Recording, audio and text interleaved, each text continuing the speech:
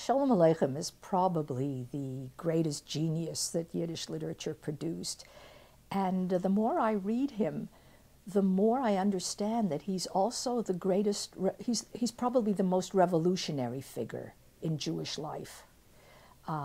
This is something which people have not credited him with, because what people always understood to be his greatness was the degree to which he drew material from the folk. He seemed to be the amanuensis of an entire people, and he was credited, in fact, with doing nothing more than rendering what the folk had created, so that he was kind of the refashioner, they thought, of Yiddish language, of Yiddish folklore, of Yiddish wit and humor and so forth. But it seems to me that no one has recast the Jewish people, has interpreted the Jewish people as definitively as Sholem Aleichem did. He actually created an image of the Jewish people, which they then internalized, and which became absolutely irresistible.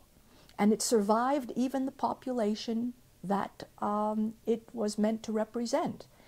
And by that I mean that he created individual figures like Tevye der Milchiker, Tevye the dairyman, who became then the hero of Fiddler on the Roof, like Menachem Mendel and Shana Shendel, the husband going off into the world in this messianic, capitalist, entrepreneurial vision of taking advantage of every opportunity, the wife staying home and saying, for God's sake, cut your losses and come home. I mean, these are just kind of types that he created, but I would say that in some, he really made the Jews into a people that deals with its problems through laughter, through comedy.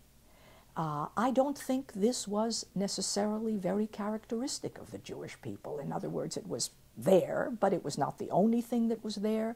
One could have represented them in many different ways. One could have represented them through anger and cursing primarily. One could have represented them through Hasidic ecstasy primarily. One could have represented them through Zionist reinitiative primarily. I mean, there were all kinds of things going on at the same time.